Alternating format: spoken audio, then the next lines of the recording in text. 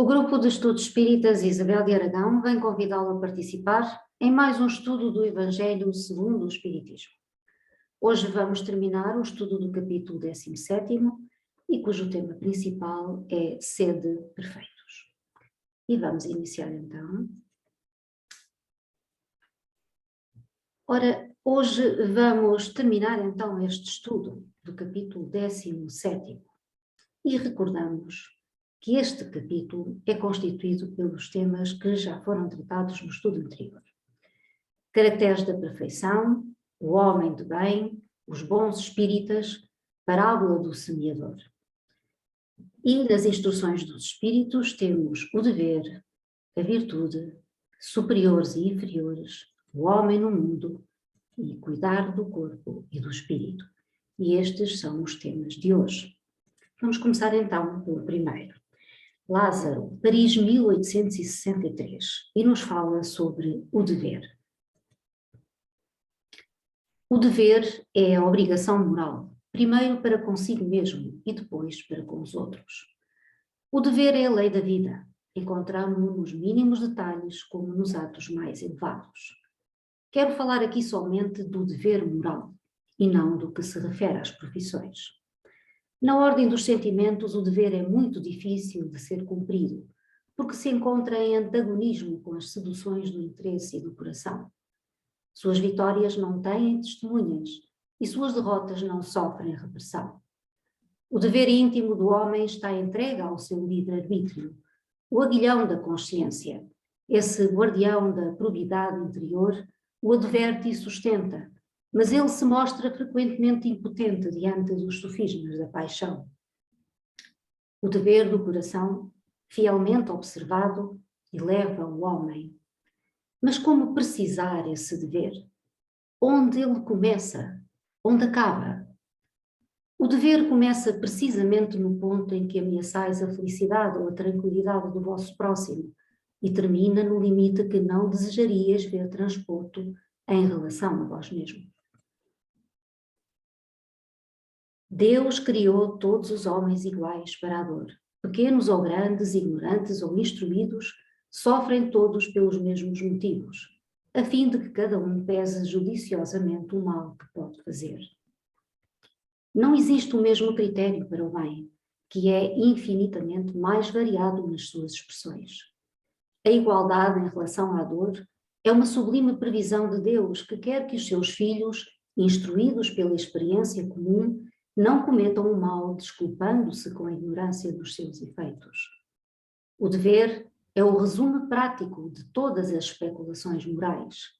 É uma intrepidez da alma que enfrenta as angústias da luta. É austero e dócil, pronto a dobrar-se às mais diversas complicações, mas permanecendo inflexível diante de suas tentações. O homem que cumpre o seu dever ama a Deus mais que as criaturas, e as criaturas mais que a si mesmo. É a um só tempo juiz e escravo na sua própria causa. O dever é o mais belo galardão da razão. Ele nasce dela, como o filho nasce da mãe. O homem deve amar o dever, não porque ele o preserva dos males da vida, aos quais a humanidade não pode subtrair-se, mas porque ele transmite à alma o vigor necessário ao seu desenvolvimento. O dever se engrandece e esplende sob uma forma sempre mais elevada em cada uma das etapas superiores da humanidade. A obrigação moral da criatura para com Deus jamais cessa, porque ela deve refletir as virtudes do Eterno, que não aceitam o esboço imperfeito, mas deseja que a grandeza da sua obra resplandeça aos seus olhos. E vamos aqui fazer algumas reflexões sobre este tema, o dever. Socialmente falando, para que possamos levar a cabo nossas atividades sem atropelar os interesses dos outros, temos leis laborais e leis judiciais que nos levam a respeitar o próximo. Porém, os deveres morais, esses são mais difíceis de ser regulados pelas leis terrenas. Se eu não fizer o bem a um irmão necessitado, se não auxiliar os meus filhos na sua educação, se não cumprir com as tarefas rotineiras do dia a dia, se não ajudar o meu companheiro de jornada, se não contribuir com o meu esforço para o progresso da sociedade, enfim, se simplesmente cuidar de mim sem dar nenhum do meu tempo à sociedade onde me situo, ajudando a que esta progrida, as leis vigentes não vão punir-me. No entanto, embora todos tenhamos direitos, também existe um conjunto de deveres particulares que precisamos respeitar. E esses deveres tanto podem ter a ver connosco próprios, como podem ter a ver com os outros. Temos o dever de cuidar da nossa saúde, a fim de que possamos estar em condições de vencer as provas que Deus nos coloca no caminho para nos melhorarmos, conforme iremos ver um pouco mais à frente, quando tratarmos o item 11, cuidar do corpo e do espírito. Em família, temos o dever de cuidar e auxiliar na medida das suas necessidades. E Lázaro nos diz que o dever é a lei da vida. É a obrigação moral da criatura para com Deus, consigo mesma e com o próximo. Consiste na prática do bem, de maneira permanente e progressiva. O dever é, assim, uma lei universal que se aplica a todas as criaturas, pois que, sendo como filhos de Deus, a Ele devemos essa obrigação de continuamente nos melhorarmos, respeitando a nós mesmos e ao próximo. Lázaro nos alerta para o facto de que, relativamente aos sentimentos, o dever é muito difícil de ser cumprido. Mas, apesar das dificuldades, o dever é possível de pôr em prática desde que policiemos a nossa consciência. Aplica-se ao dever o mesmo conceito que se aplica à liberdade. A minha liberdade termina quando começa a do próximo. O caminho é, portanto, ter bom senso e respeitar a boa moral. Os deveres morais, não sendo regulados pelas leis humanas, são aferidos pela nossa consciência, sendo essa a razão por que Deus criou condições para que todos, pequenos ou grandes, pobres ou ricos, possamos ser confrontados com os dissabores provenientes das nossas más ações. No Evangelho de Jesus, temos o conjunto de orientações para o cumprimento do nosso dever, com vistas ao respeito das leis divinas. Amando sempre, e cada vez em mais alto grau, estamos a cumprir com o dever. Essa é a obrigação moral da criatura para com Deus, e que nunca cessa, como vimos atrás. Deus não aceita que nós sejamos esboços imperfeitos e quer ver em nós o resultado da sua obra maravilhosa. Não podemos sussurrar. Há que ir sempre em frente, vencendo o nosso ego que teima em travar-nos o passo. Vamos continuar. Agora, o segundo tema de hoje, a virtude. E é François-Nicolas Madeleine, cardeal Morlot, que em Paris, 1863, nos deixou esta mensagem.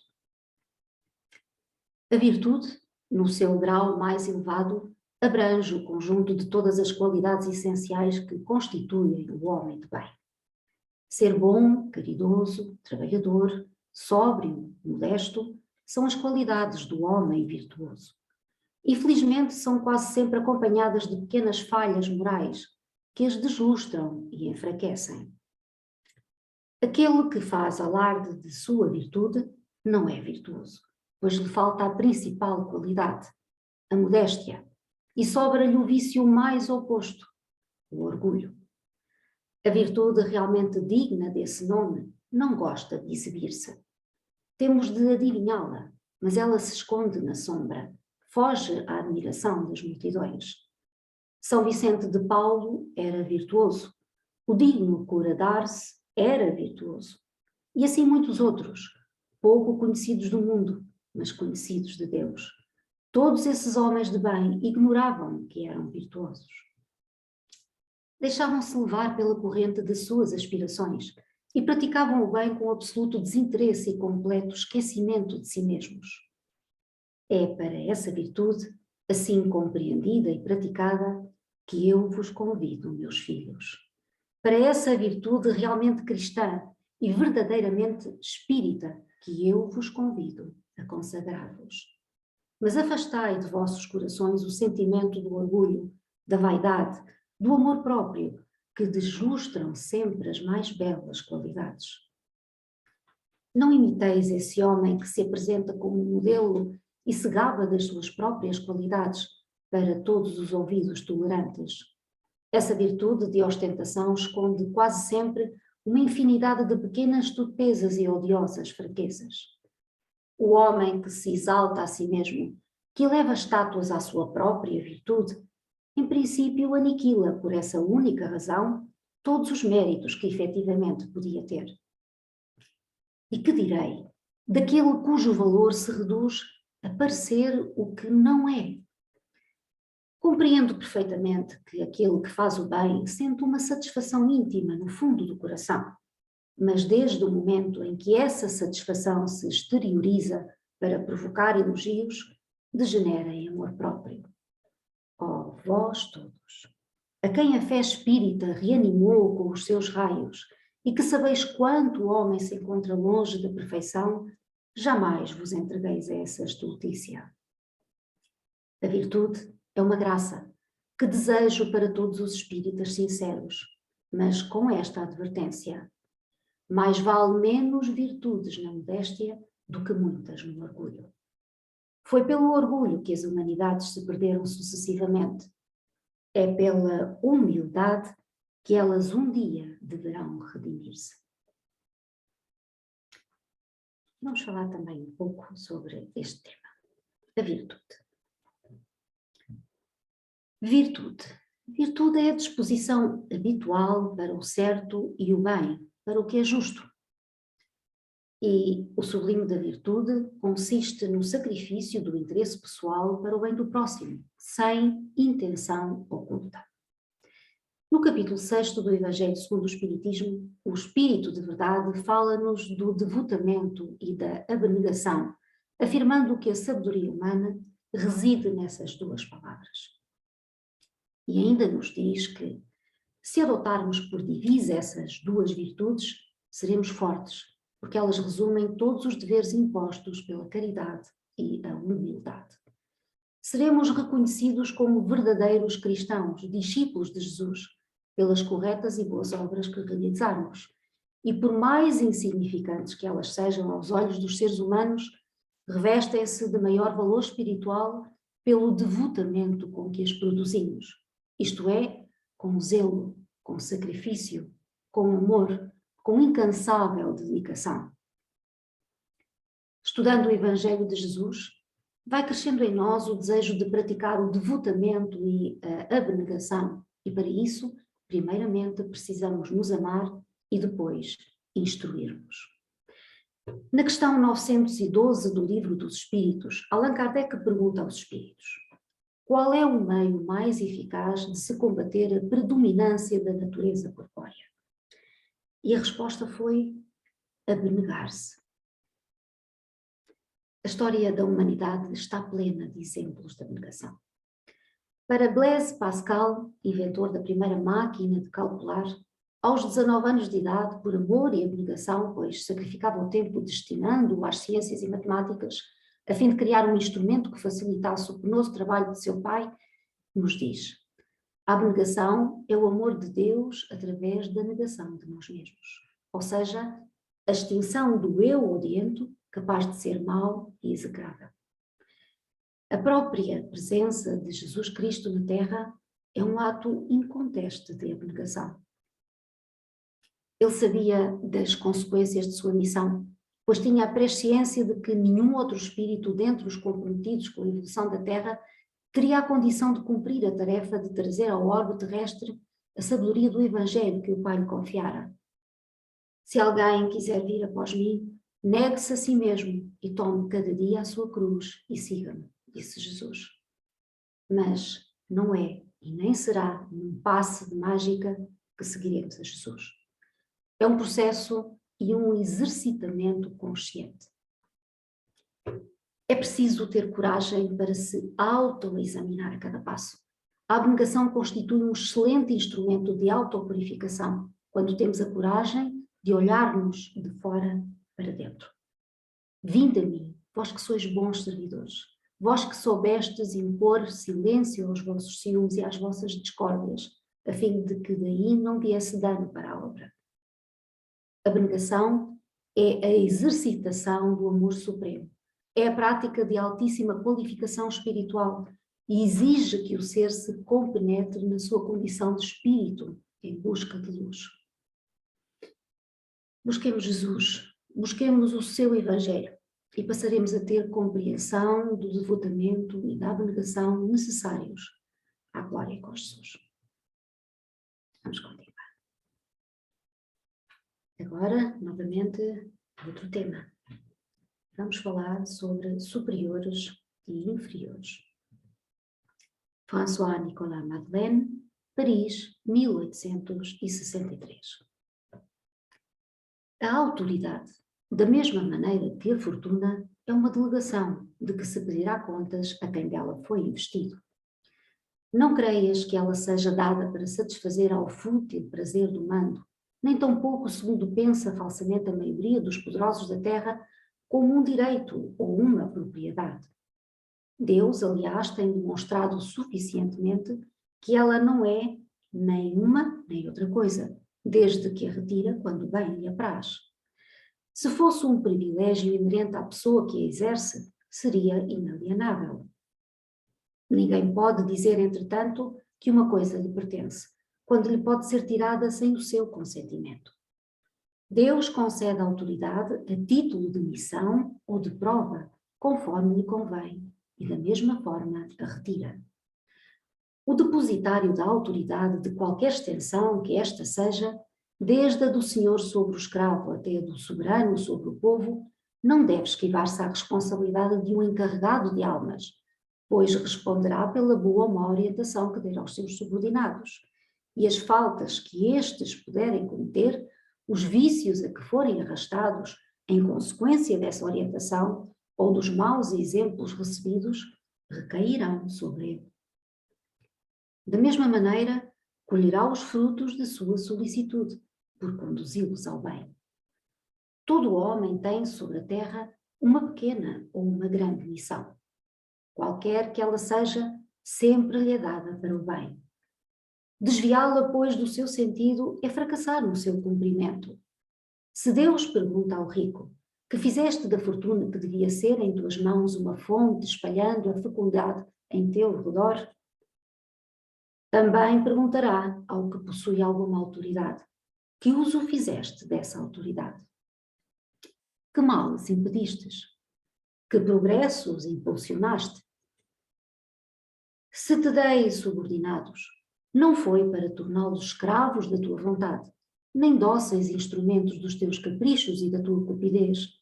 Se te fiz forte e te confiei os fracos, foi para que os amparasses e os ajudasses a subir até mim. O superior que guardou as palavras do Cristo não despreza a nenhum dos seus subordinados, porque sabe que as distinções sociais não subsistem diante de Deus. O Espiritismo lhe ensina que, se eles hoje o obedecem, na verdade já podem tê-lo dirigido, ou poderão dirigi-lo mais tarde, e que então será tratado como por sua vez os tratou. Se o superior tem deveres a cumprir, o inferior também os tem de sua parte, e não são menos sagrados. Se também este é espírita, sua consciência lhe dirá, ainda mais fortemente, que não está dispensado de cumpri-los, mesmo que o seu chefe não cumpra os dele, porque sabe que não deve pagar o mal com o mal, e que as faltas de uns não autorizam as de outros. Se sofre na sua posição, dirá que sem dúvida o mereceu, porque ele mesmo talvez tenha abusado outrora da sua autoridade, devendo agora sentir os inconvenientes de que fez os outros sofrerem. Se é obrigado a suportar essa posição na falta de outra melhor, o Espiritismo lhe ensina a resignar-se a isso como uma prova à sua humildade, necessária ao seu adiantamento.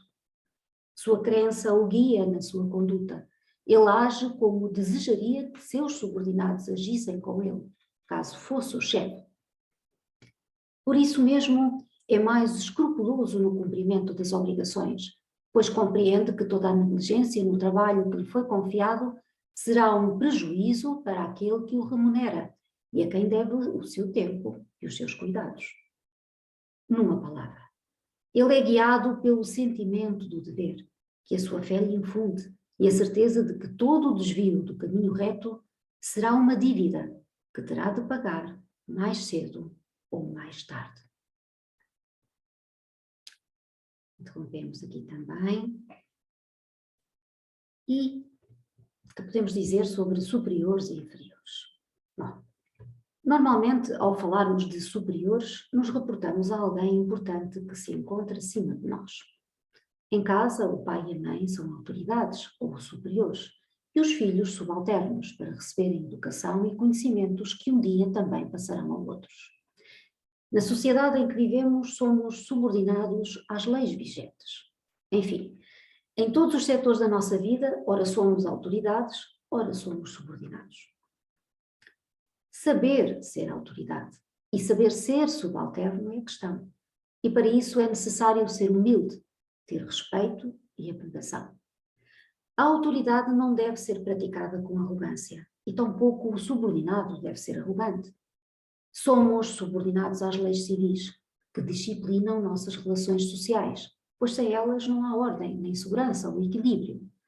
A vida comunitária seria impossível se não tivesse por base que os nossos direitos terminam onde começam os do próximo. Todos carecemos de obediência e, através dela, estamos abrindo canais para outras virtudes. Na Terra temos exemplos de grandes autoridades que nos legaram exemplos que devemos seguir. Mas a maior autoridade que a Terra recebeu até hoje é o Mestre Jesus. Sua autoridade era o amor, a bondade, a dedicação. Qualquer um que se aproximava dele sentia o seu olhar, a sua autoridade. Os espíritos imperfeitos deixavam imediatamente de praticar o erro quando o avistavam. Jesus curou os cegos de nascença, surdos mudos, epiléticos, doidos e lunáticos, paralíticos, reumáticos e leprosos. Sarou enfermos de todas as castas que a ele recorreram em busca do maior bem temporal, a saúde. Mas jamais pretendeu que o chamassem de médico ou clínico. Frequentava as sinagogas, onde atendia sofredores e ensinava ao povo verdades, mas nunca deixou que o chamassem levita ou sacerdote. Jesus predisse que a queda de Jerusalém, e fez várias profecias, penetrava o íntimo dos seres humanos, até aos arcanos mais secretos, mas não pretendia o título de vidente ou profeta. Realizou as maiores maravilhas, mas nunca se deixou influenciar por aqueles que procuravam enaltecer-lhe as virtudes. O único título que Jesus deixou para si foi o de mestre, rabi, ainda que fizesse jus a outros. Este título foi-lhe reverenciado porque realmente Jesus é o mestre excelso, o educador incomparável. Sua fé inabalável na possibilidade da redenção humana mediante a educação, acordando as energias espirituais, é de todos os tempos. Sua crença é firme na regeneração dos errados, na renovação da nossa vida. Jesus rejeitou o cetro, o trono, a realeza, alegando que o seu reino não é deste mundo. Eu sou a luz do mundo, sou a verdade, sou o pão que desceu do céu, proclamou Jesus. Espargir luzes, revelar a verdade, distribuir o pão do Espírito é a obra da educação. Tal é a missão do Redentor da humanidade. Com o Espiritismo, o Consolador prometido pelo Mestre dos Mestres, horizontes de luz se abrem, permitindo melhor compreender seus ensinamentos, que ajudarão a criatura humana a realizar sua reforma íntima com vistas ao seu progresso espiritual. Que esse ser excelso, verdadeiramente superior, possa continuar amparando-nos hoje e sempre. Agora vamos continuar com o outro tema, intitulado O Homem no Mundo. E é um espírito protetor, em Bordeaux, 1863, que nos diz: um sentimento de piedade deve sempre animar o coração daqueles que se reúnem sob o olhar do Senhor, implorando a assistência dos bons espíritos. Purificai, portanto, os vossos corações. Não deixai que pensamentos fúteis ou mundanos os perturbem. Elevai o vosso espírito para aqueles a quem chamais, a fim de que eles possam, encontrando em vós as disposições favoráveis, lançarem em profusão as sementes que devem germinar nos vossos corações, para neles produzir os frutos da caridade e da justiça. Não penseis, porém, que ao vos exortar incessantemente à prece e à invocação mental, queiramos levar-vos a viver uma vida mística, que vos mantenha fora das leis da sociedade em que estáis condenados a viver. Não. Vivei como os homens do vosso tempo, como devem viver os homens. Sacrificai-vos às necessidades e até mesmo às frivolidades de cada dia, mas fazei-o com um sentimento de pureza que as possa santificar. Fostes chamados ao contacto de espíritos de naturezas diversas, de caracteres antagónicos. Não melindrai a nenhum daqueles com quem vos encontrardes. Estais sempre alegres e contentes, mas com a alegria de uma boa consciência e a ventura do herdeiro do céu, que conta os dias que o aproximam da sua herança. A virtude não consiste numa aparência severa e lúgubre, ou em repelir os prazeres que a condição humana permite. Basta referir todos os vossos atos ao Criador, que vos deu a vida. Basta, ao começar ou acabar uma tarefa, que leveis o pensamento ao Criador, pedindo-lhe, no impulso da alma, a sua proteção para executá-la ou a sua bênção para a obra acabada. Ao fazer qualquer coisa, voltai vosso pensamento à fonte suprema. Nada façais sem que a lembrança de Deus venha purificar e santificar os vossos atos. A perfeição, como disse o Cristo, encontra-se inteiramente na prática da caridade sem limites, pois os deveres da caridade abrangem todas as posições sociais, desde a mais ínfima até à mais elevada. O homem que vivesse isolado não teria como exercer a caridade. Somente no contacto com os semelhantes, nas lutas mais penosas, ele encontra a ocasião de praticá-la. Aquele que se isola, portanto, priva-se voluntariamente do mais poderoso meio de perfeição.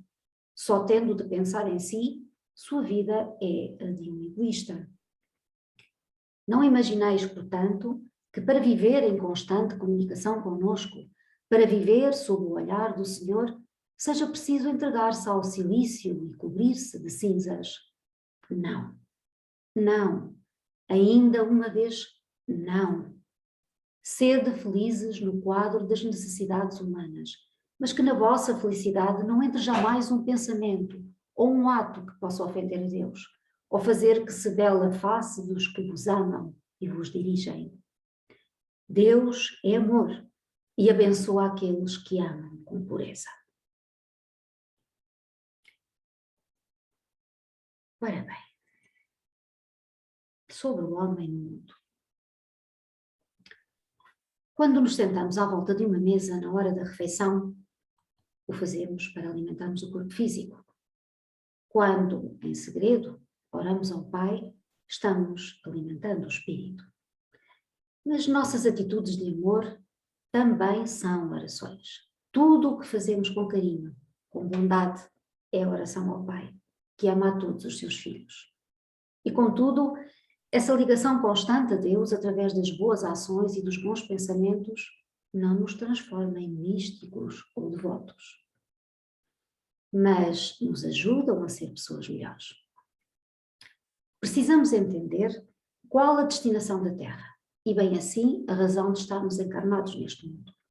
Estamos reencarnados na Terra por não sermos espíritos perfeitos e porque precisamos ainda sofrer as duras consequências deste plano, onde viemos para viver e aprender com os nossos semelhantes. Todos nós fazemos parte de uma grande corrente universal em que cada elo precisa do outro. Vivemos em agrupamento, em obediência à lei, a uma vontade soberana. Até as pedras, as estrelas se agrupam para melhor harmonia da criação. Mas para que haja harmonia, necessário se faz que se respeitem as leis divinas.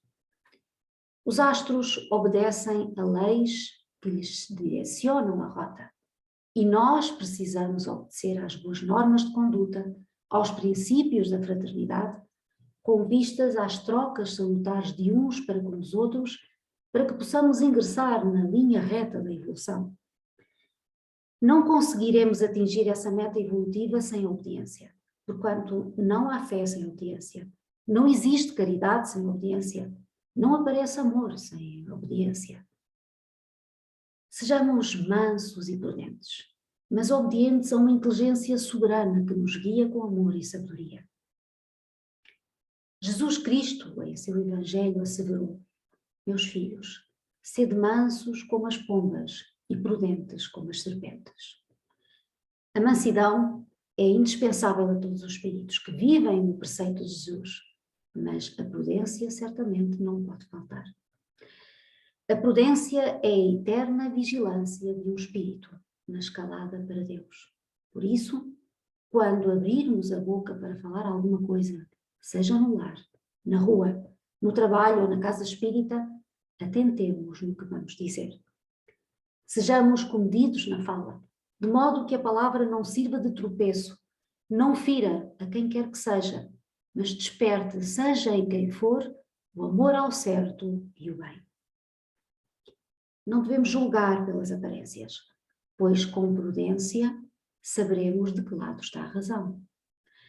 Quando formos atacados, não revidemos com a mesma ofensa. Esperemos prudentemente, porque às vezes o ofensor está doente.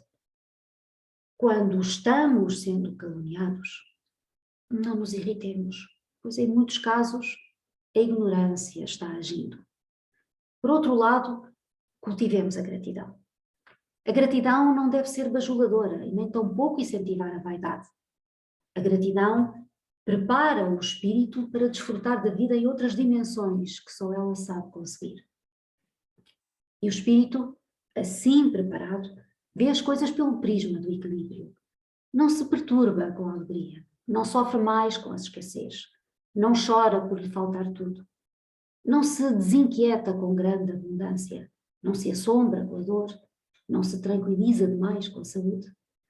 O ser humano no mundo precisa orar com amor, ser vigilante, obediente às leis do Senhor, ter compreensão para com o próximo e ser grato ao Pai Celestial pela encarnação em que se encontra, pois ela é uma dádiva para a nossa elevação.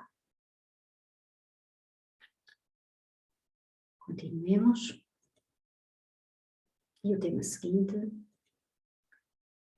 cuidar do corpo e do espírito.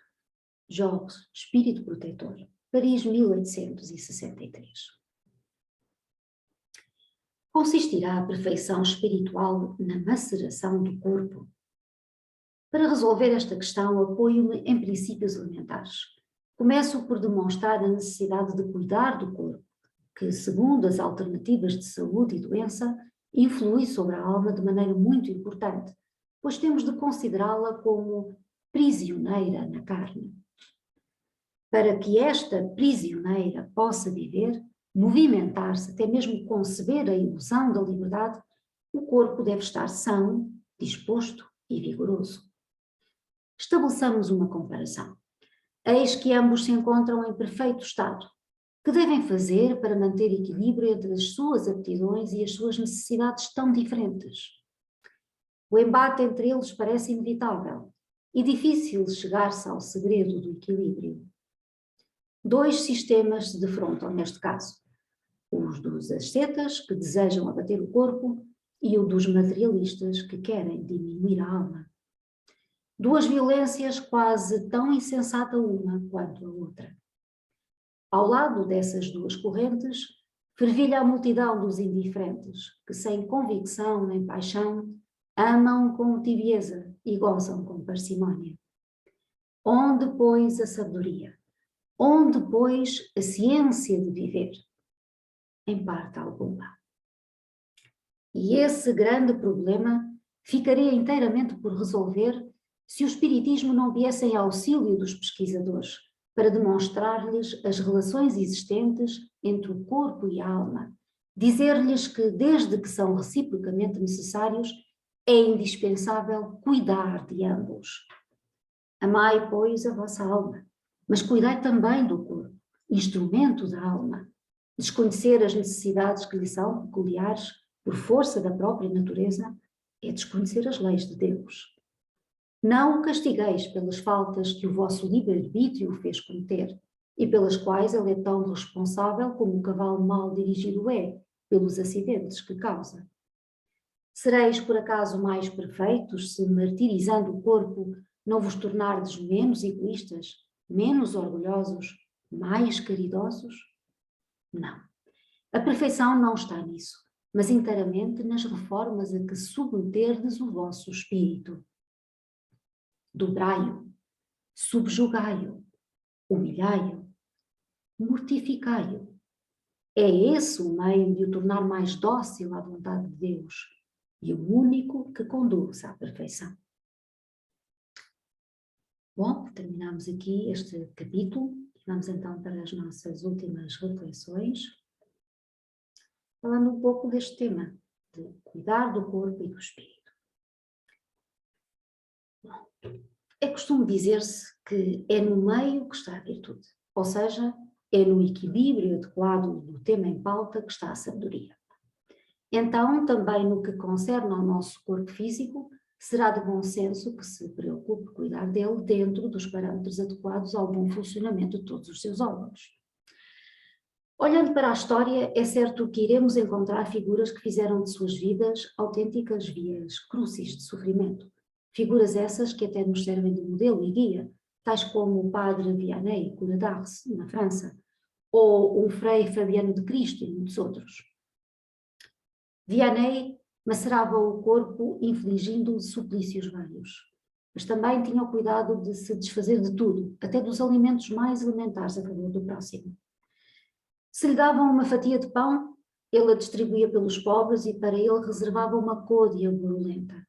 Batatas, as que lhe davam, cozinhava-as e distribuía-as guardando para si apenas uma que lhe servia de refeição para mais do que uma vez. Fabiano de Cristo pedia, não para si, mas para os outros. Na laje de pedra onde fazia as suas orações, ficaram 2 covas como marcas de seus joelhos. Mas estes eram espíritos de uma fibra muito acima do comum dos mortais, cujo comportamento geral era consentâneo com tais ações. Deus envia à terra com regularidade os seus profetas, a fim de nos servirem de farol. Estes que referimos foram porventura alguns deles. Mas a grande maioria de nós está longe dessa missão dos profetas. Deus não nos pede esse tipo de sacrifícios. Já será suficiente que façamos aquilo que se espera que cada um de nós faça e que tem a ver com o nosso papel dentro da família e no seio da sociedade. Portanto, aqueles que maceram o corpo, mas pouco fazem para domar o espírito, não estão de certo no bom caminho. Tudo o que fizermos para comprometer a saúde física será prejudicial à alma. O corpo é para a alma um instrumento que, estando defeituoso, não permitirá a esta a liberdade de que necessita para realizar a sua própria evolução. Para que haja verdadeiro equilíbrio entre corpo e alma, devemos cuidar do corpo, atendendo às normas de saúde e higiene de que dispomos e que nos é dado já a conhecer, e do espírito, seguindo os postulados do Evangelho, que nos estabelece a medida do nosso comportamento diante da vida. O Espiritismo, demonstrando através dos seus ensinos as relações que existem entre o corpo e a alma e o papel que cada um exerce, objetivando a evolução do homem, vem dar um grande contributo à humanidade, indicando-lhe o caminho que precisamos percorrer e que, como sabemos, tem como roteiro o Evangelho do nosso amado Mestre Jesus. Quem não cuida do corpo infringe a lei de Deus, pois nosso corpo pertence a Deus que nos empresta para, através da reencarnação, cumprirmos missões evolutivas no plano físico. Joana de Ângelos, no livro Lampadário Espírita, diz: para que nele, no corpo, o espírito habite e através dele se manifeste, trilhões de vidas microscópicas se harmonizam em perfeito intercâmbio, gerando equilíbrio e atendendo a determinações da própria estruturação. A perfeição deve conseguir-se através da reforma do espírito, impondo a ele, e não ao corpo, duras privações, no sentido de domar o orgulho e em todas as suas más tendências que ainda nos escravizam, mas das quais progressivamente nos vamos libertando, graças aos ensinamentos de Jesus, que a doutrina espírita, no momento próprio, veio recordar e ampliar de acordo com a capacidade de entendimento já alcançado. E aqui terminamos, gratos, nos despedimos. Até breve.